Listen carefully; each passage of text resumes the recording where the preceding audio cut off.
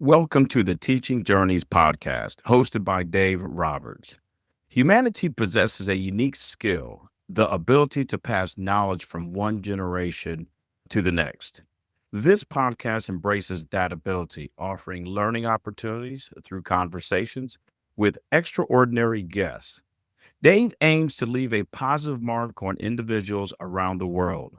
So before you dive into today's episode, please share this podcast with your network, including friends, family, and colleagues. And please consider leaving a rating or review. Your support makes all the difference.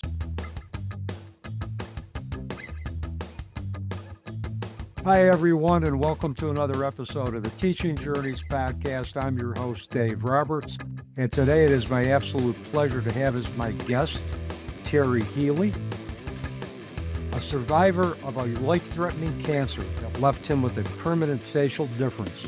Terry Healey is an author, keynote speaker, and business strategist. A graduate of UC Berkeley with a 35-year career as a marketing executive, Terry challenges audiences to face adversity and change and apply his REBAR resilience framework and principles to gain confidence, build resilience, and find greater purpose and joy in their personal and professional lives. Terry lives in Santa Cruz, California with his wife, Sue. And with that, Terry, welcome to the Teaching Journeys podcast. It's an absolute pleasure having you on the program today. Thanks so much, Dave, for having me. Great to be here. And it is just great to have you. And we got to give a shout out to Portia Booker. Portia is a podcast host, a podcast producer who introduced us. She thought your story and your path would be a great fit and would align well with the mission of my podcast. And one pre-call later, we found out that we aligned on a lot of different levels. And Here we are tonight. Yep, she's a fire plug. I still chat with her periodically. Love connecting with her and keeping up on her world. So that's great. You could be having the worst day in the world. That's all right. you got to do is give her a phone call. and right. You forgot what your worst day in the world is about. That's how right. uplifting she is. So Exactly right. So let's get to your story. And it is quite an interesting journey that you've had in your life. And where I want to go is back 1984. So take us back to what happened in 1984 at the ripe old age of 20. What was your diagnosis and how did you initially respond to it? Yeah, so 1984, I was a junior at UC Berkeley. I like to say I was living life on easy street, right, Dave? Because everything was going well. I was hitting all these milestones that I had set for myself. My parents were expecting of me. And out of the blue, I get this bump on the right side of my nose that prompted me finally to go see a doctor. Long story short, and it took a while to get a diagnosis, they finally diagnosed me with this really rare form of cancer called a fibrosarcoma. And back when I was diagnosed, there weren't sarcoma centers because even to this day, even though there are, it's such a rare form of cancer. There's just not a ton of expertise around. So I was really lucky that I got the right diagnosis.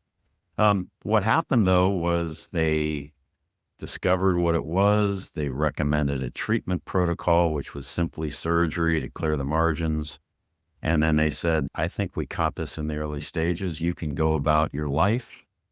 And you know, Dave, when you're 21, you feel like you're invincible. And so you just kind of go back to your life thinking everything's great. 6 months later is when I had the recurrence when everything changed. And I can talk about that if you'd like. Yes. Okay. So 6 months later, I started feeling like tingling sensations in my cheek, something you would not experience normally. Go back to the doctor. They were in rapid motion. I could tell that they knew exactly what it was without doing a CT scan or anything like that.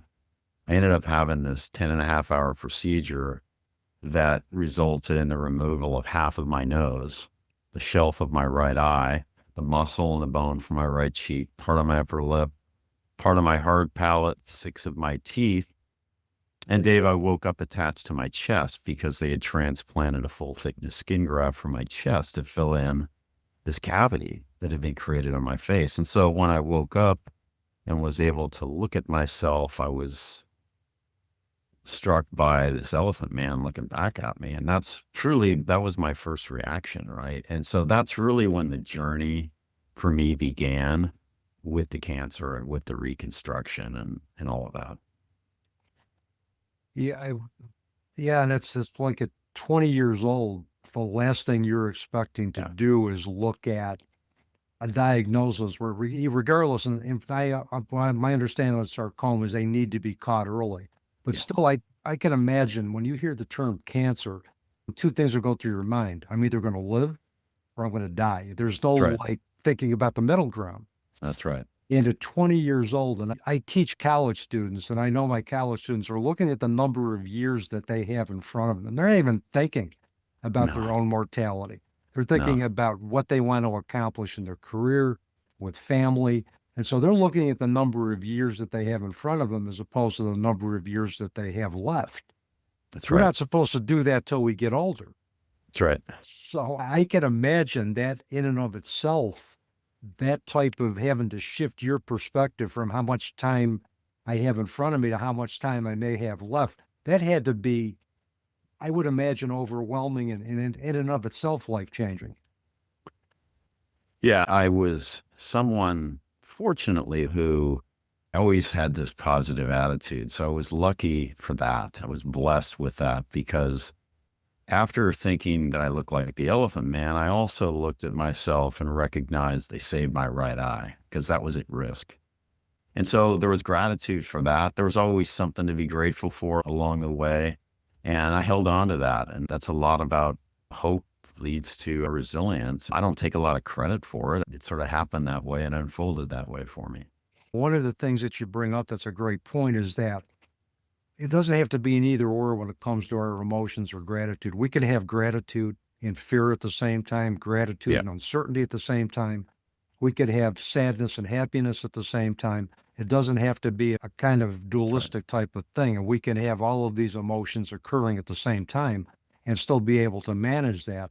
And our ability, I think, to experience all of those emotions and manage those emotions, find meaning in those emotions, help us develop resilience.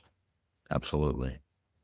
Yeah. So, as I always say, attitude starts with gratitude. And that is so key to getting through any health crisis, right? I mean, if you've got the right attitude, it changes everything. And we choose our attitude. We always have to remind ourselves that, right? Yeah. I mean, the way we deal with our life under the best of circumstances is a choice. We have free will to determine the type of life we're going to have. Mhm. Absolutely. In addition to finding gratitude, what other tools and methods did you use to cope with your cancer, to overcome and ultimately thrive? And I know you had more than 30 surgeries. So how did you keep such a positive outlook Yeah, amidst all the challenges? I talk a lot about my survival kit, which consisted really of 7 key things, Dave. So first and foremost, it was my religious faith. That gave me tremendous courage. It gave me strength. It gave me hope. We've talked about the importance of hope. I also surrounded myself with positive people that I trusted. I recognized early that I needed to get focused on other things in my life beyond sort of what I was dealing with. I needed to set goals to keep myself moving forward and to thinking about my future rather than being caught up and dwelling on my illness. And I think when we set achievable goals, we can start to believe in ourselves again, right? Because when you achieve them, because I was starting to doubt myself. I didn't look like I did before. I was disfigured, all these kinds of things, right? We talked about a positive mindset, which starts with gratitude. That was key. So practicing gratitude. But then in addition to that, I recognize being in college, as you recognize with some of the people you've taught, is sometimes you get out of balance with your life, right? So I found life balance again. I found outlets, things that I could use to calm me, put me at ease, set my mind in a different direction from my uh, from my concerns. Uh, Group therapy was number 6, really instrumental to my healing. And then finally, it was positive imaging and visualization. I could use that again to calm myself, put myself at ease. But I also used it, Dave, as a way to think about a more positive place in the future, because I didn't feel great about myself as I went through this journey. And you talk about the 30 surgeries that went on for 5 or 6 years, right? So I really needed to think about my future because I knew it was going to be a long haul. And how could I visualize myself being in a happier place and a better place? So I practiced that daily. Yeah, and I think that's key. And particularly, I think for any 20-year-old, appearance is really key. How they look can determine how they feel. Yeah. So again, when you went through the surgeries that left you with a facial difference, that had to have been a challenge as far as all the messages that you heard about appearances, everything. And I'm sure that was something you had to reframe in order to move forward. And reframing is I'm glad you brought that word up. It's such an important topic. I mean, I didn't know really what reframing was at that point, but that's, so important. I write about Martin Seligman, the father of positive psychology, and his 3 Ps, right? But that's a really important point, reframing, right? People need to think about that and internalize it and recognize that these adversities are temporary. They're not permanent. They're not pervasive. They're not going to take over your entire life, and it's not your fault, right? So those kind of things are really, I think, important. And I think I was just kind of lucky that I sort of recognized some of those things as I went through. But don't get me wrong, I was concerned about the way I looked. I didn't behave the way I did before.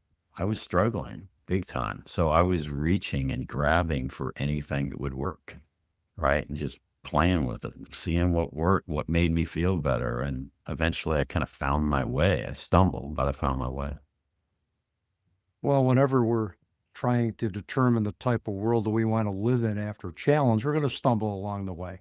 Yeah. There's a song by the Jayhawks called Stumbling in the Dark.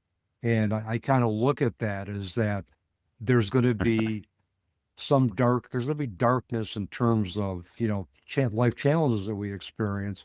And we're going to stumble through it. But if we keep stumbling and we keep moving, eventually we're going to see a patch of light that we can That's right. gravitate. So I just tell everybody, hey, just keep stumbling in the dark. That's right. And eventually you'll see a light at the end of that darkness that's going to give you hope. Yeah. You fall down and you just keep getting back up. Yeah. And that's it. It's not how many times we fall down, it's how many times we get up and are That's able right. to move forward. That's right. As a result of our challenges. So being a cancer survivor, and again, having been left with a facial difference, how did you build resiliency, one, to be able to push through during your treatment, and then following as you move down with your life? Yeah. And again, it stems back to being hopeful. I think openness leads to hopefulness. And I was always somebody that was very open. So I took in ideas, I took in conversations, I tried to absorb them, I tried to reflect on conversations I had, because I started to recognize that things that people said, experiences that I had, could change my outlook. I think that one of the key things, though, Dave, was when I discovered group therapy, because I wasn't really fired up about it originally, but I recognized that, you know what, I need to speak to people that don't know me from who I was before, but that can just learn to get to know me as who I am now. And it took a while, but I started to share my vulnerabilities. I found the courage to do that. And I found that to be very liberating. And it's kind of one of the things that I think is a gift that comes out of adversity, right? Is that you find empathy for other people. And that was something that sort of, again, I stumbled into, right? And that became one of my greatest, I think, progressions and ways to build my resiliency, was working through going to these weekly support group meetings. Because I'll be honest, Dave, when I grew up, My parents were not fans of therapy of any kind. It was like, I hate to laugh on this, but I'll never forget the statements I would hear at home, which was, therapy is for people that have problems. We don't have problems. It's like, really? Yeah, I don't think people recognize that I did have as many problems as I had. And I think that's because I always tried to position myself as a strong guy and I was tough and stoic, but inside I was struggling. You know, for a lot of males who have grown up with the message that feelings are your enemy, you need to be stoic, you need to be the problem solvers, you need to be tough. But in reality, we feel just as intensely as our female counterparts. We just deal with it differently. Yeah. And there's there's that kind of pressure that we put on ourselves to how do we share our feelings without putting ourselves in a position of the vulnerability that we're told we're going to experience if we do that, Mm. and be authentic in the process. Yep. Absolutely. Tell me a little bit about the makeup of the other individuals in group therapy. Did they have similar issues as you with facial difference, or were there other challenges that kind of binded you guys together? No, so what was interesting was, my situation was so rare. There wasn't anybody that had a situation like mine. So when I finally found this organization, which by the way wasn't easy to find, I was turned away by some who said, well, we don't really have something that's going to fit your needs, which is, in retrospect, that's pretty shocking, right? Like that would never happen today, I don't think. But when I finally found this group, they said, hey, we welcome you. We are a group of people that come from all types of cancer diagnoses, women, men, any kind of cancer. And we come together and we share our experiences. As it turned out, that was probably a really good forum for me to be in. And then what they did is, because there were so many young people attending this particular organization's groups, they said, we should probably form a young adults group. And it was for people around my age. And there was enough of us. There were 6 or 7, and we had a licensed psychotherapist running it. But there were 6 or 7 of us in that group. And the funny thing is, even though we had this commonality of age and the things we were dealing with, our identity and our appearance, what I found, Dave, was that most of the guys in the group were kind of checking the girls out. It was like, it was more, it was not really what it was designed to be. So I think it was clouded by these weird kind of emotions that were going on behind the scenes. It was still valuable, but in a very different way. Yeah, I think that's one of the issues you get with mixed groups is that, Yeah. depending on what histories or issues you bring into Yeah. that group or relationship dynamics you've had previously, those dynamics can resurface, and particularly empathy and compassion becomes confused with, well, geez, I'm in love, Yeah. Right. and all of that. Right. I've seen that play out in my previous career as a therapist in a lot of mixed gender groups. So, Mm. and that's one of the things, you deal with those issues a lot of times Yeah. based on the past histories that they bring in. But the fact that it was pretty unified around the fact that everybody were cancer survivors in that group and had Yeah. dealt with cancer. I know you're a cancer survivor. If you did not have cancer, if you did not have this rare type of sarcoma, how would your view of the world be today if you did not go through the challenges that you had? Oh, it would be so different, Dave. Again, it goes back to gratitude. I'm grateful for the experience. My life is richer. It's better. It's better in so many ways. I mean, I think what we gain from these experiences is really life perspective, Yeah. which changes everything, right? Because that's really where resilience comes from, is you start to say, wow, what's really important in life? And then you start to say, well, it could be worse. I could have this, this, or this. And so life perspective, that focus on gratitude, that empathy that comes from it as a result. In my case, I would say it had a lot to do with the therapy. But yeah, I'm a better person for it. I wouldn't trade it for anything. I wouldn't wish it on anybody, but I wouldn't trade it.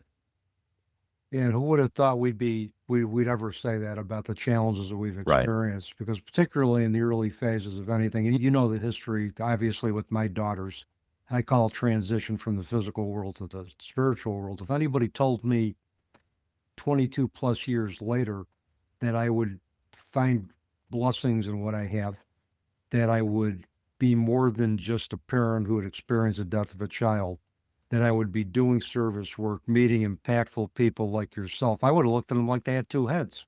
Exactly. Because, and you mean to tell me that you're telling me there's going to be something good that is going to come out of this, that's going Yeah. to contribute to my personal growth as a result of the challenges that I've experienced with death?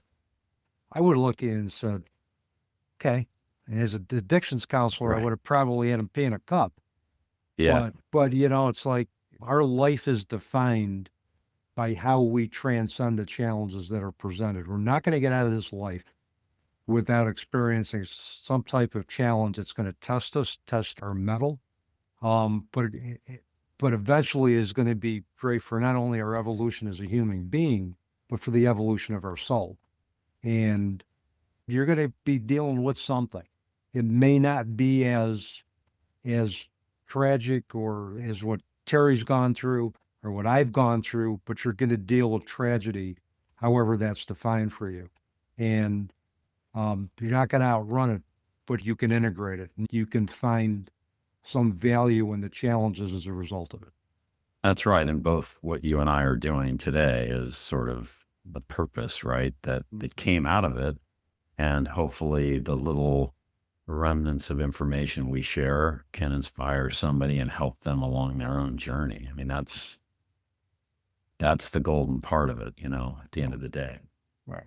And I think that's why you do what you do in your life to help individuals who are going through their own challenges and help business leaders see leadership from a different perspective and a multifaceted perspective, and why I do what I do. Yep. That's what brings us all together. That's right.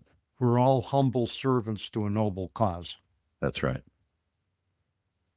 And I can't take credit for that quote myself. That is a quote from the late ex-Navy SEAL commander Richard Marcinko, Okay. Okay. who was the head of the Navy SEAL Team 6 and did some really Okay. life-altering missions. For those of you who are going to see the YouTube version of the podcast, Terry has his book in the background, The Resilience Mindset. So that's my cue to ask you a question about what inspired the book, what you want readers to take away from it. And I'm sure you have something about your REBAR framework in there. Yeah. So what really spawned this was I had written a memoir many years ago. And as a result of that memoir, it brought me to audiences to present my story, right? Well, what I always, and I guess it was part of what I learned in the business world was, you don't just go and do a presentation and share what people probably already know. You got to give them something else. You got to give them something new. And so what I would talk about would be my coping mechanisms, my survival kit. I talked about REBAR, which is my resilience framework, which I'll get into in a second. And what was happening, Dave, was that people would come up to me after the presentation and say, hey, I know your story, but you talk about a lot of these other things that would really be helpful to other people if you package it up in another book, because you don't have that in your book. So I listened to my audience basically, and that's what spawned the development of the resilience mindset, which is really about how adversity can strengthen us, as individuals, as teams, and as leaders, by helping us to build resilience, to gain confidence, and to find greater purpose. Really what I want people to be able to take away from the book is that understanding, right? That whatever challenge we deal with, whatever adversity, whatever conflict, whatever change we have to encounter, we do all have the capacity to build resilience, and we can bounce back. We can become stronger as a result. So that's really what I want people to take away. I can talk about the framework if you'd like. Yep. This framework is really, I talked earlier about my survival kit, and the difference between my survival kit and the resilience framework is the resilience framework is something that I packaged up in a way in a way that makes it more prescriptive for other people to follow phases of a journey infused with questions to help people personalize it to their own journeys and take away something actionable. So rebar is, as we know what rebar is, right? It's reinforcing bar that holds concrete in tension. And I was just grateful that that acronym came together because really the four components of my framework are reflect, build, act, and renew. Reflect is really the core of where things start for me. And reflect is about taking the time every day to step back and reflect. What do I mean by that? Well, reflect to me means starting with gratitude. So, what are all the things I'm grateful for? There's always a million things. When you start your day and end your day with gratitude, it puts you in a positive mindset. Then, what I ask readers to do is to step back and do an audit of their day. So, what did I learn today? Was I inspired by anything today? If I was inspired by something, can I apply that to my life tomorrow? The idea here is that we have lots of conversations every day. We have tons of information flowing at us. If we don't practice reflection every day, we might just miss some of these key insights that come our way. So that's what reflect is about. Build is about developing a positive mindset. It's about developing a growth mindset. So this is when you start to identify who your support system is going to be. This is when you start to figure out how you're going to find balance in your life. And this is when, if faith is important to you, you figure out how you're going to use your faith. It's about choosing to have a positive attitude, because when you do that, it's much easier to navigate life's challenges. When you move into act is really that phase where we actually start to take control. It's when we face our challenges, set goals, and get focused. And so this is really, there's a lot of methods in here to choose from, to try, to work through in your life. But that's where the rubber meets the road. That's when you start to make progress. And then finally, renew is that phase when you step back and think about what you learned. And so when you step back and think about what you learned, it's kind of this commitment to a process. And it's a recognition that, hey, I'm here. I survived whatever ordeal. So what did I learn from that about myself? What traits and characteristics do I possess that enabled me to do that? That helps build confidence. And then it's really about reassessing and doing this process of learning so that you can become a better version of yourself every day, because in the future, as you mentioned earlier, new things are going to hit you. So how do you strive to become better at managing your life each day? So that's kind of what it's all about. Yeah, that's a very accessible framework. I think it's a very easy framework to follow. I like the fact that you start with reflection first, because so many times, Terry, just because of the demands of everyday life, we don't take the time to sit back No. and reflect.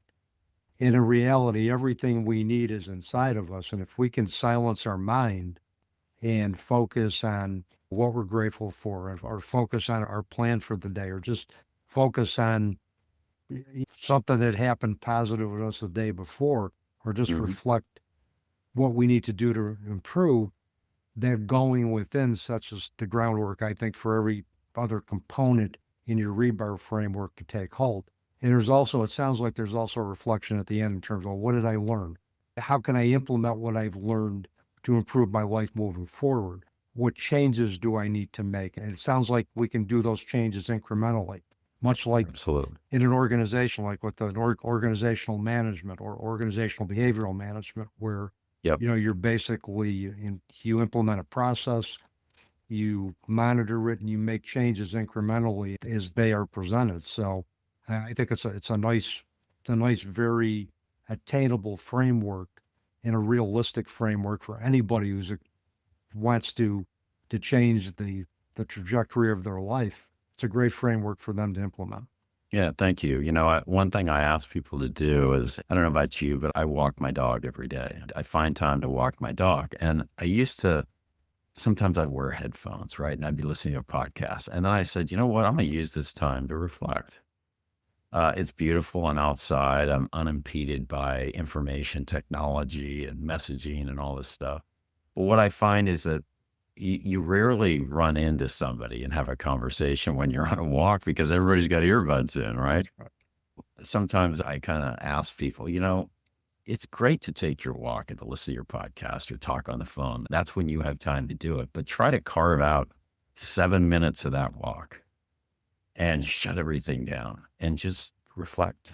Because what better way to do it when you're out with nothing but sort of nature around you? And nature's a great teacher. I mean, research has shown that being out in nature, I think even for half an hour, can reduce anxiety, Yep. can improve mood.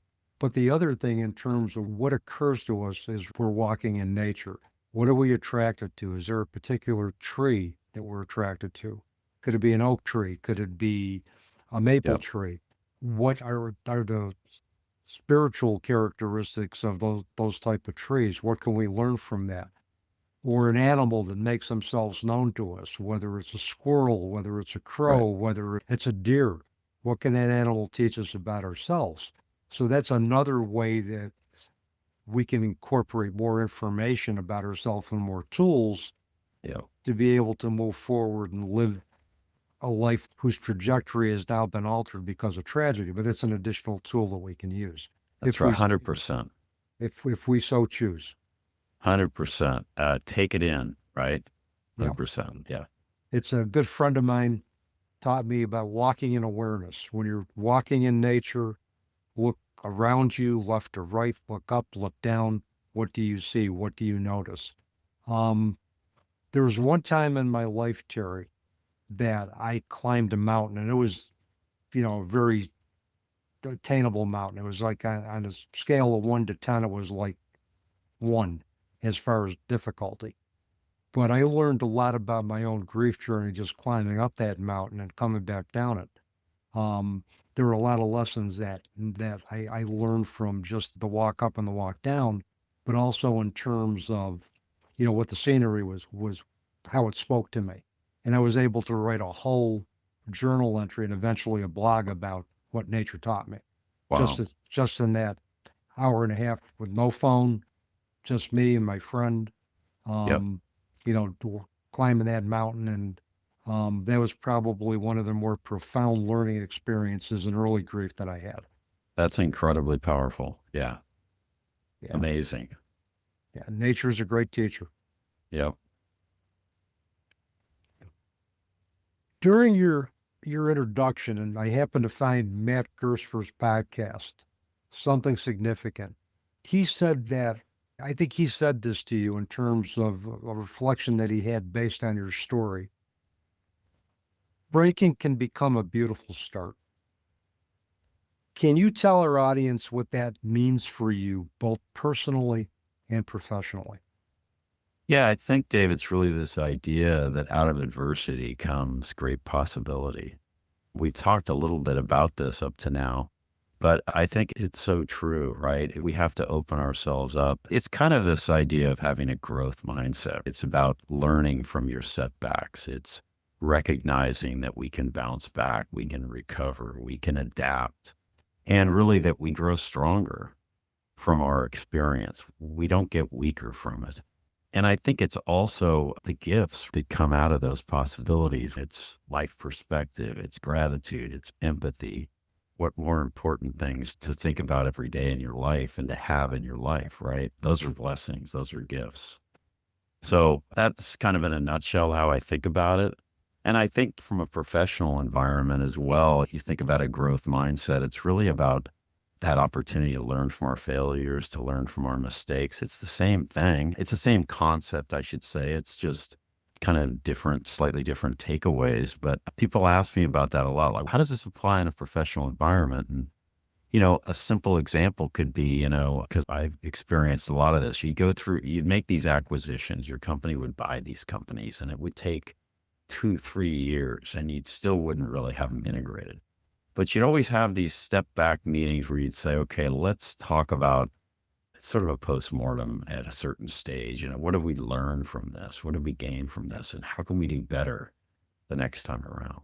And that's the time to do that when it's quiet and you take a look at reassess. And if we look at failure as simply information in terms of, okay, How can we use this setback as a way to improve our processes, to improve morale within a company, to improve our marketing strategy? It doesn't become failure.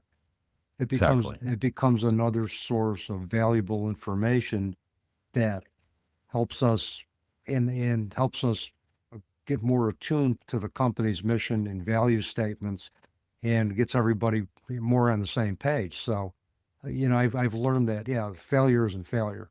It's just Yeah. another opportunity for improvement. Yeah. You think about success. Success is great, but how much do you learn from it? You just keep plodding along. It's like, God, things are going great. Just, keep moving at the same pace, keep going, keep going, keep going. But again, you don't wish this on anybody. You don't wish it on any company, but those are the opportunities and you have to really recognize them.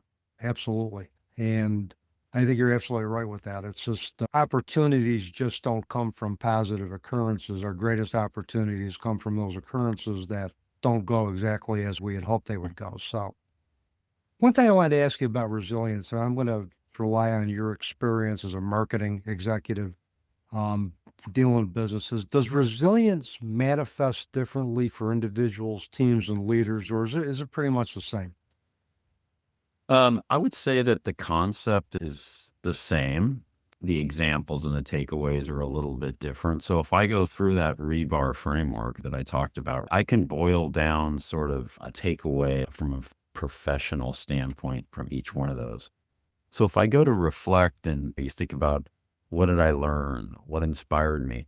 I think what it does for you is it helps you to take risks. Yeah. I'm somebody that was always very comfortable with risk. But I think it allows you to solidify to a certain degree an idea and then say, you know what, I feel good about this. I'm going to take a risk. I'm going to propose this. I'm going to move forward with this. Yeah.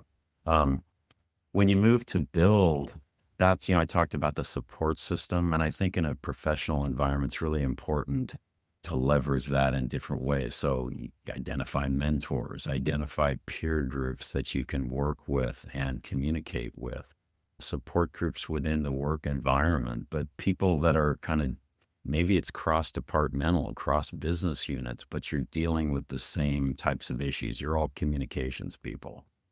And then ACT is a little bit different, I think, in that I think about priorities. And I think that we all have too many priorities, especially in business, right? I feel like there's all these priorities that are laid out. And so employees are supposed to know what all the priorities are. But when there's more than three and there's more than five, most likely people can't even repeat what they are to you. They don't know exactly what they all are.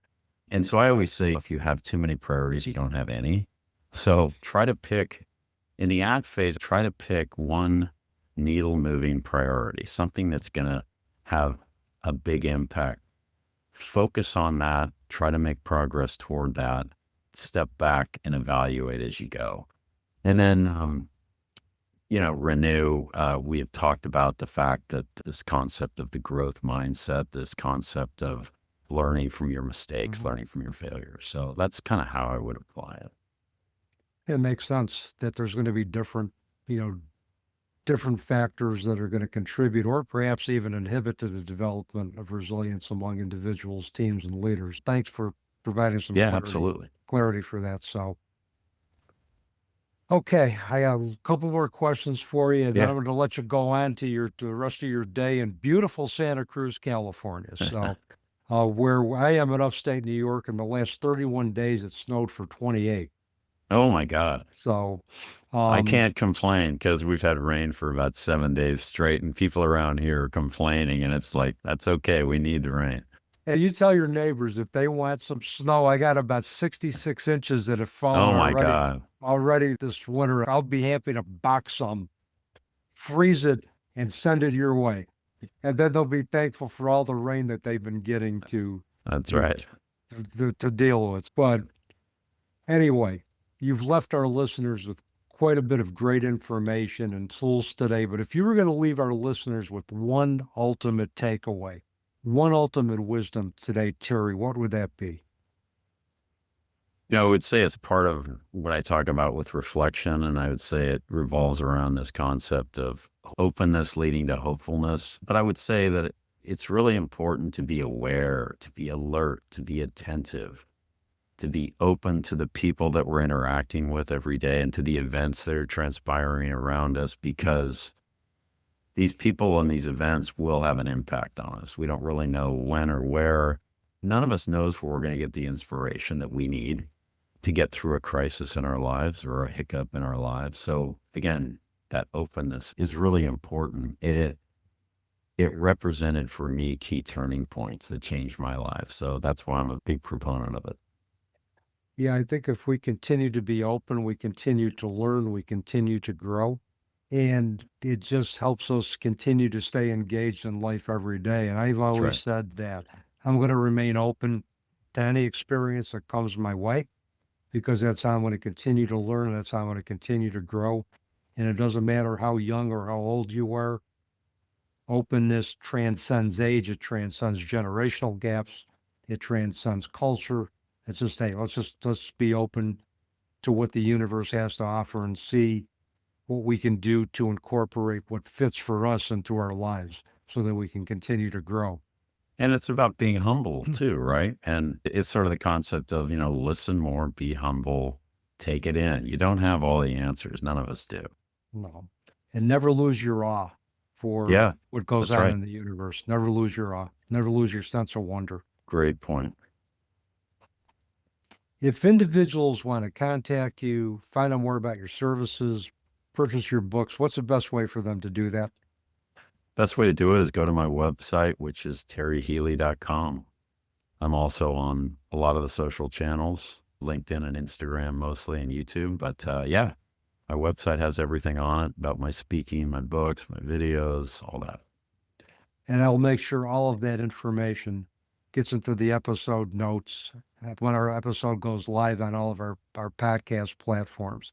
And one other thing I wanted to add, and we talked about this before we recorded, the reflection that Matt Gesper gave you about breaking can become a beautiful start. It motivated me to look up an old Ernest Hemingway quote. I want to just share that with you and the Yeah. rest of the audience. And this is, I think, for anybody who's gone through tragedy. And Ernest Hemingway said, I think it's one of his books, the world breaks everyone. And afterwards, some are strong at the broken places.